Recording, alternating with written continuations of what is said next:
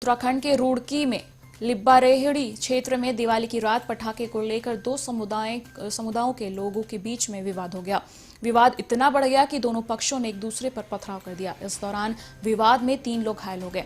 देर रात सूचना मिलते ही पुलिस पहुंचने पर स्थिति को संभाला गया और कोतवाली प्रभारी प्रदीप चौहान ने बताया कि मामला दो समुदायों के बीच का होने से गांव में तनाव की स्थिति बनी हुई है। इसलिए रात से ही गांव में पुलिस और पीएसी तैनात की गई है।